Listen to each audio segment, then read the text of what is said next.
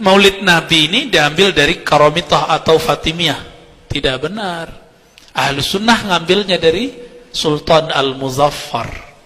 Jadi ketika semangat jihad umat Islam turun, maka beliau bernazar untuk menghidupkan, merayakan Maulid Nabi, lalu dibacakan khatam Quran, dibacakan sholawat, khatam hadis, lalu diberi makan orang-orang fuqara masakin, berkumpullah ulama, berkumpullah umara, berkumpullah orang-orang yang ingin berjihad. Setelah itu dibakar niat mereka, dibakar semangat mereka dengan cara menjelaskan sirah-sirah Nabi. Makanya orang kalau Maulid Nabi bahasnya tentang sirah Nabi, bukan? Sama. Kenapa kajian sirah Nabi boleh, tapi kajian Maulid Nabi nggak boleh? Nah, ini kurang cerdasnya di situ ya. Apa kata beliau? Dari abad keempat itu Maulid Nabi itu dihidupkan dengan cara apa? Anwa'il kurubat, dengan macam-macam cara mendekatkan diri kepada Allah. Pertama, it'amit ta'am, ngasih makan, berbagi makanan. Makanya ini mereka iri, Pak, karena kita bagi kebuli mulu, ke kebuli mulu, pengajiannya kering, Pak. Pengajian kita alhamdulillah nggak kering ya.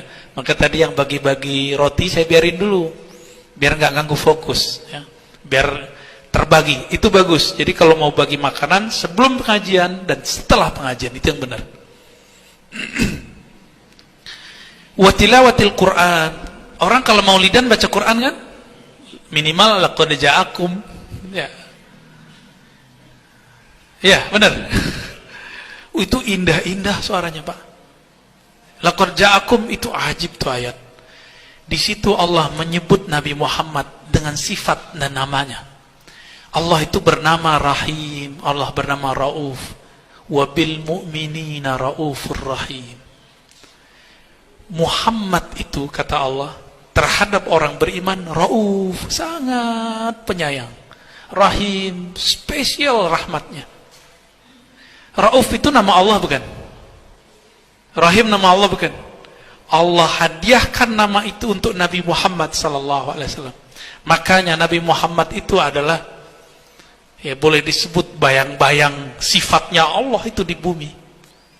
Kana khuluqul Quran. Makanya disebut oleh Sayyidatuna Aisyah akhlaknya Al-Quran. Orang kalau pandang Nabi langsung ketemu kalam Allah. Karena perbuatan Nabi itu kalamnya Allah tabaraka wa ta'ala. Wa insyadul ash'ar wal madaih fi Rasulillah. Menasyidkan. Nah, ini nasyid itu bahasa Arab, bukan bahasa Melayu ya. Bukan bahasa Raihan. Dulu ingat gak antum Raihan? Ya, Raihan dia sudah pecah kongsi ya. Dia buat sendiri siapa namanya Nazri ya. Nazri Johani. Dulu waktu kecil saya nggak mengenal, Pak, tradisi dibaan itu saya nggak ngerti. Barzanji aja udah krisis di kampung saya. Udah krisis. Maka kami itu terhiburnya oleh nasyid-nasyid dari Malaysia.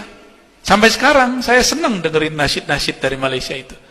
Raihan, Robbani, Hijaz ya. Ini bisa mewakili. Di situ kita tahu ada lafaz-lafaz di Barzanji, Syaraful Anam, Diba, ya Nabi salam alaika. Itu kan ada, Pak? Ada kan? Kalau nggak di situ, saya nggak ngerti, Pak. Kalau ada namanya Barzanji, nggak ngerti kita dulu. Ya. Bagi orang-orang ekstrim ini, mutasyaddidun, ini istilah beliau ya, bukan istilah saya. Pujian terhadap Nabi Muhammad SAW yang kita dendangkan dalam dibaan, ya, apalagi Barzanjian, Simtidurar, ini dianggap mengkultuskan Nabi dan itu syirik. Gitu. Itu sebabnya mereka ini menganggap Sayyid Muhammad Alawi Al-Maliki sebagai orang yang musyrik. Orang paling bertauhid di Mekah. Itu disebut musyrik oleh mereka.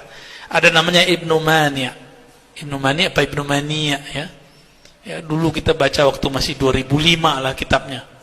Dia hantam itu dan dia mensyirikkan siapa? Sayyid Muhammad Alawi Al-Maliki. Makanya jangan heran anak turunannya di sini begitu ya. Muncullah beberapa waktu yang lalu ya, ustadz yang inisial AT ya, Itu kemudian mengatakan Ustadz Adi Hidayat, karena beliau suka menukil Said Muhammad Al-Maliki, itu disebut ente nukil tauhidnya Makkah. Tuh Ustadz Adi disebut nukil musyrik sama mereka. Gimana Pak kira-kira? Masih ingat kasus itu? Ustadz Adi, ya itu penzoliman terhadap beliau juga tuh ya.